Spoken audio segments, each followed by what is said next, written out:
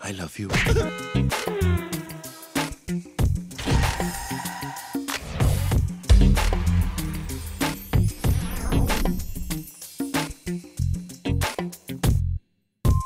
On Storyboard this week, what the marketing and advertising community was saying at Ad Asia. Indra Nooyi's parting shot, and Omnicom finally gets majority control of Mudra. Hello and welcome. I am Anuradha Sengupta. A lot of people from the A&M community made it to Ad Asia in New Delhi between Tuesday and Thursday. The overarching theme, uncertainty, the new certainty, resonated with a lot of the international speakers. Animesh Das gets you the highlights of Ad Asia 2011.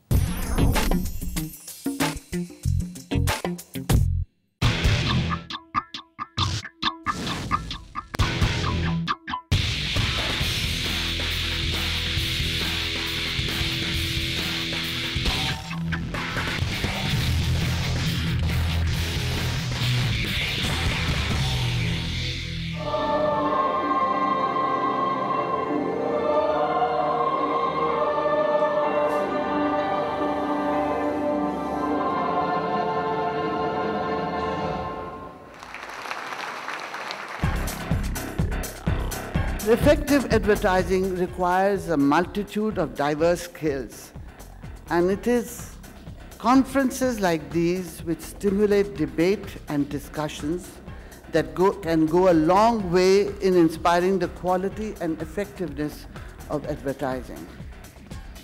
My government is itself a large advertiser, we think so, through the Directorate of Advertising and Visual Publicity. We are in the process of revamping the directorate and professionalizing it to match the private sector's capability.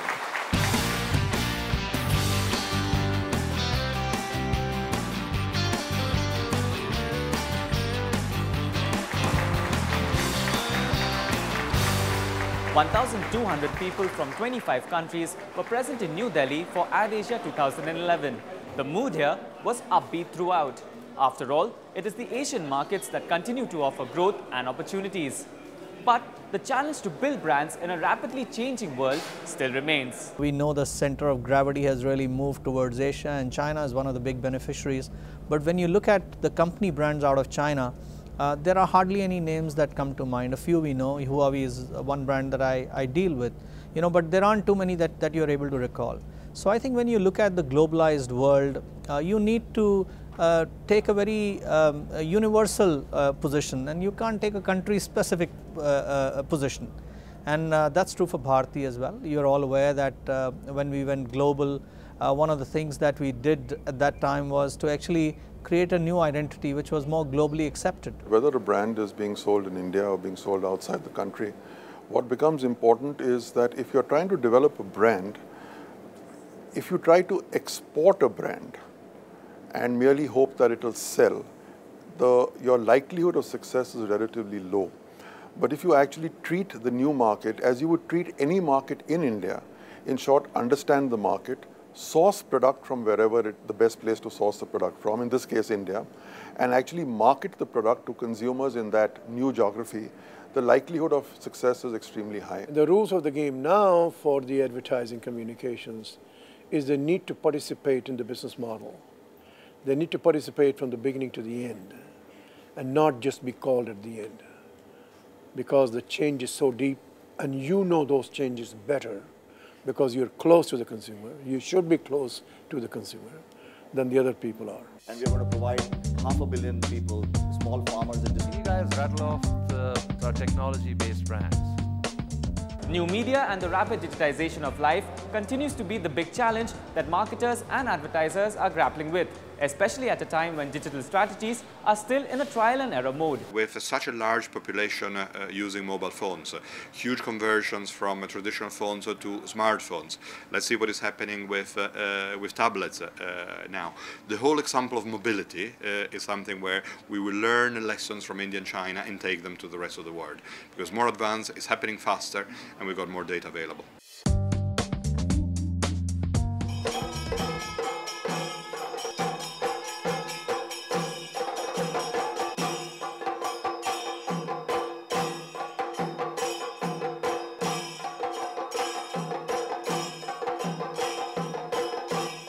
But with the advertising community, it were the sessions that dissected creativity in advertising that resonated the most. Exploded and it was all over the internet.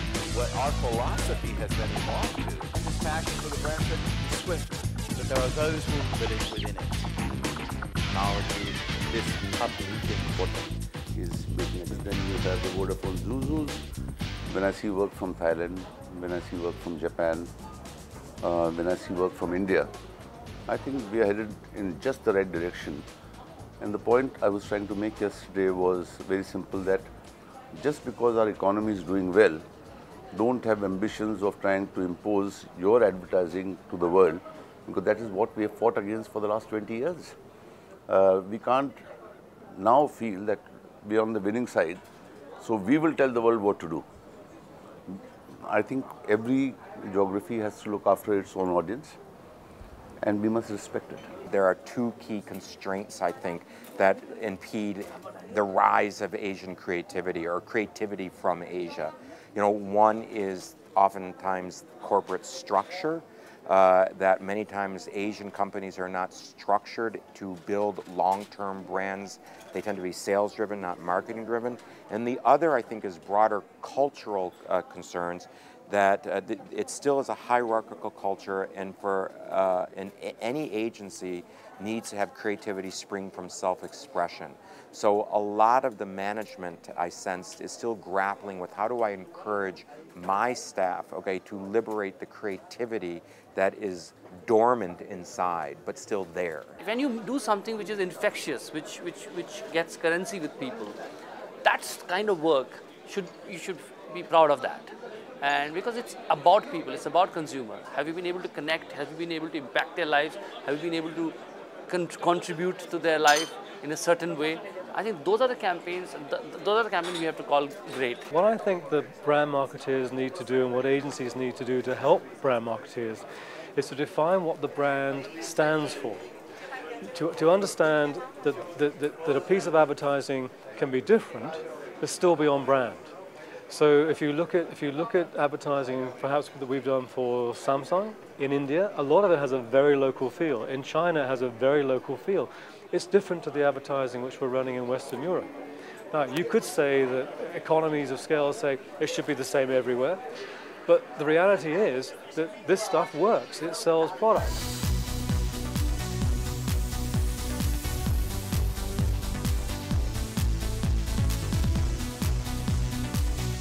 AdAsia was a melting pot of 25 countries. I spoke to some of the Asian delegates only to find out that there seems to be little impact of the European crisis on the business. Although economically there's significant pressure on the, in different categories, media per se and advertising has been growing double digits over last year.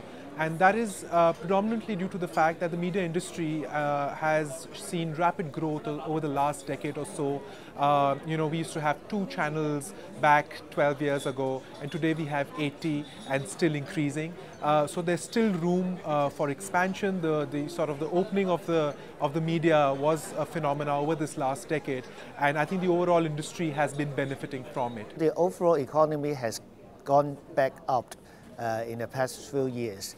And employment rate has gone down. GDP has been maintained at a pretty healthy growth. So in terms of the advertising market, we had a very bad 10 years, almost 10 years, that we had either stagnant overall advertising expenditure growth or negative growth. However, it has again bounced back in around 2 years ago.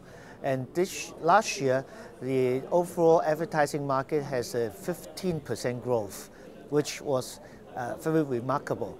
And then this year, we're anticipating that it will have another double-digit growth. I would expect the market to bounce back because the region is still very vibrant, especially our 2 closest neighbors, which is Malaysia to the north and Indonesia to the south. A huge market for consumerism, and because of this, we are still being quite an energetic market. But and many of the agencies do not just handle just domestic advertising, meaning just the Singapore market.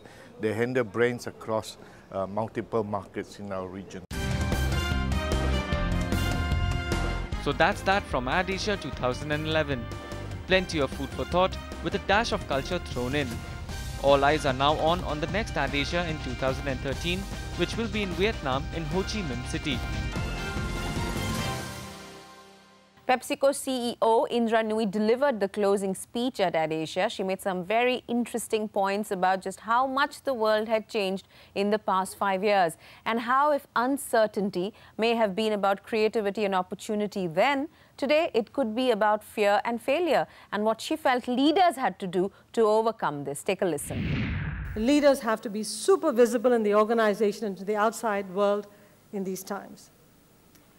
Every organization has to make sure their leaders communicating the vision of the company to everybody in the organization. Everybody in the organization needs to understand the realities on the ground. And everyone needs to know how the company is moving forward. Because if the leader doesn't tell them, someone else will. There will be press speculation, rumors will circulate in the workplace, uncertainty will breed anxiety, and it's natural for people to be concerned. The best way to deal with this is not to deny that it's true. It's open door, let the people in. Talk to the people, listen to them. It's always been good advice for leaders, but now I think it's an imperative. Because leadership is not just a rational thing, it needs an emotional connection. Leaders need to remember that many of their colleagues have family members who may have lost a job or who are recent graduates with few prospects. Many of our colleagues thought they were on a straight career path. Now they find they have to learn new skills, they have to adapt to new circumstances. So leaders have to develop an emotional bond with their employees too. Besides the company and the employees, external stakeholders have to feel they're part of the family too. And besides all these external stakeholders, we have to make sure, very importantly, that boards of directors understand how company management is marrying the short term and the long term.